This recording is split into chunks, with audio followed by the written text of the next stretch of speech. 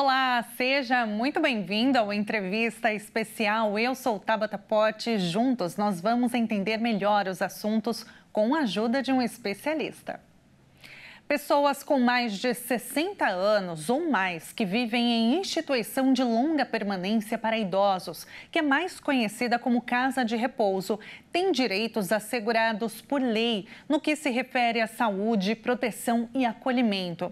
Mas, infelizmente, muitos desses direitos são ameaçados ou violados. Para falar sobre esse assunto, eu convido agora o advogado Fabrício Pozzocco.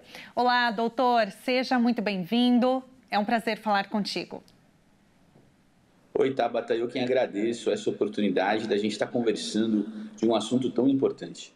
Com certeza, né? E a gente precisa realmente estar atento e falar, porque nós estamos falando de lei dos idosos, é assegurado por lei, né? A proteção deles, a garantia à saúde. Mas, infelizmente, milhares de ações foram abertas entre janeiro e julho deste ano. Quais são os principais problemas enfrentados no que se refere às casas de repouso? A gente observa, Tabata, que nos últimos tempos, por uma pesquisa que foi feita junto aos tribunais de justiça do país, mais de 47 mil ações foram movidas para poder garantir os direitos dos idosos. Basicamente, o que a gente encontra são três problemas específicos. O primeiro é a questão que envolve o abandono dos idosos. Muitas vezes as pessoas acabam simplesmente depositando esses idosos num local, aí numa instituição de longa permanência, o que antigamente se chamava de asilo ou de casa de repouso. E por conta disso, esses idosos acabam ficando abandonados e acabam deixando esses idosos no local em troca da aposentadoria que eles recebem. Aí já tem o primeiro erro, Tabata. Os idosos não podem destinar 100% da aposentadoria para o pagamento dessa estadia.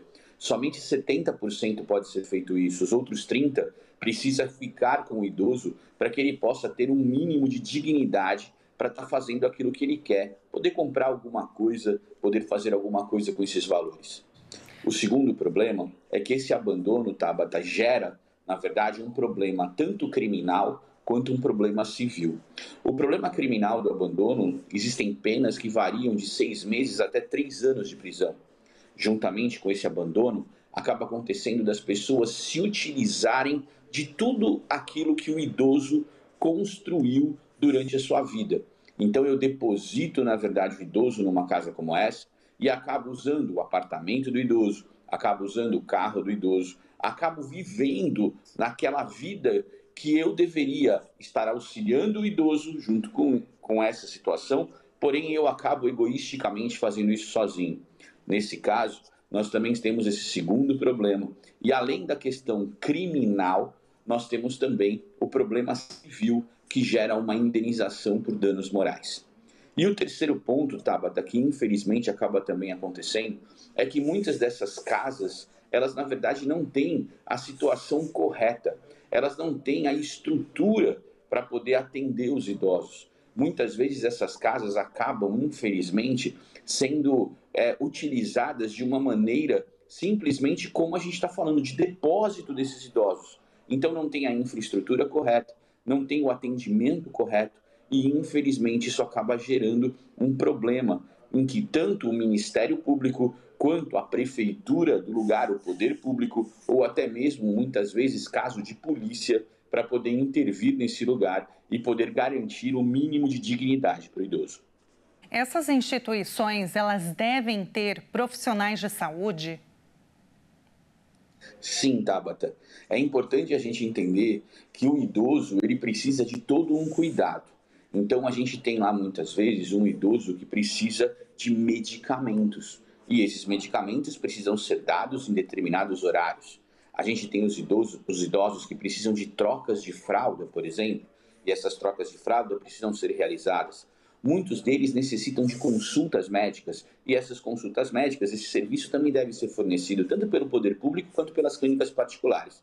Portanto, se não existe um profissional adequado para poder estar prestando esse serviço, a gente está falando de médicos, de enfermeiros, de técnicos de enfermagem, de fisioterapeutas, de fonoaudiólogos, ou seja, uma estrutura mínima para que possa dar a condição ao idoso. Lembrando que a gente está falando tanto de casas públicas quanto de instituições privadas. Essa situação pode gerar, sim, responsabilidade a essas casas que não estão acolhendo os idosos de maneira adequada. Agora, doutora, e quando o idoso ele não tem estrutura familiar ou os parentes não têm condições de arcar com as despesas, é possível solicitar à prefeitura que pague essa internação? Sim, Tabata, essa é uma pergunta muito importante. Muitas pessoas acreditam que simplesmente quando tem esse problema dos idosos e não tem essas condições, que o idoso possa ficar abandonado. Não é isso. Se a prefeitura tem um convênio objetivo com instituições nesse sentido, a prefeitura precisa garantir a vaga.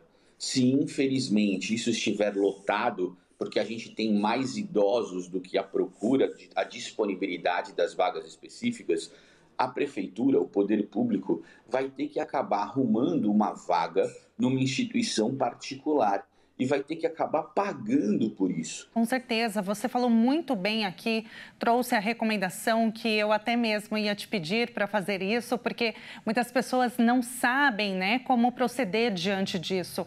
E às vezes não acontece com a própria família, mas às vezes sabe do vizinho que se apropriou da aposentadoria do pai, da mãe, enfim, de algum idoso da família, e a gente não sabe como resolver essa questão, mas indo nesses órgãos que você trouxe aqui, a gente consegue tentar, né, fazer a nossa parte para que a justiça seja feita. Fabrício, só para finalizar, para deixar bem claro, o que configura abandono? Você trouxe bem aqui, muitas pessoas acabam abandonando os idosos nessas instituições. Mas como saber de fato? É a falta de visita? É a falta de apoio? Se a instituição entrou em contato com algum familiar e ele não procedeu com algum pedido? O que configura exatamente para que a gente possa fazer a denúncia devida? A gente precisa lembrar, Tabata, que quando a gente fala de abandono, existe, na verdade, o abandono material, que é simplesmente deixar de prover aquelas necessidades do idoso, e aí a gente está falando necessariamente dos remédios, dos insumos, da fralda descartável, do atendimento médico, mas existe também o abandono psicológico, aquele abandono que é imaterial, é a ideia de simplesmente esquecer o idoso num lugar. Deixar o idoso lá para que outras pessoas possam, na verdade, efetivamente interagir com esse idoso. Muitas vezes, Tabata, algumas pessoas ficam abandonadas literalmente, sozinhas.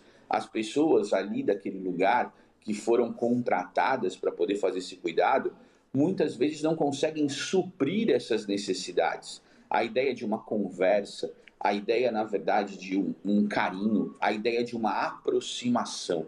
Isso também pode configurar um abandono, não um abandono material, que é a história de pagar as contas do idoso, mas sim um abandono sentimental.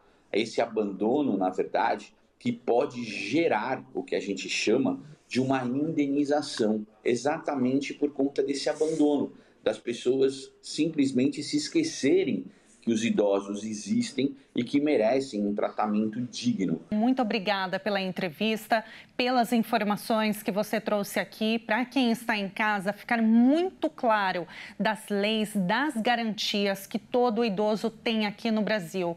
E claro, né, para que a justiça seja feita, se algo está faltando, para que os familiares se juntem e busquem os órgãos competentes. Muito obrigada, doutor. Foi um prazer falar contigo. Até uma próxima entrevista.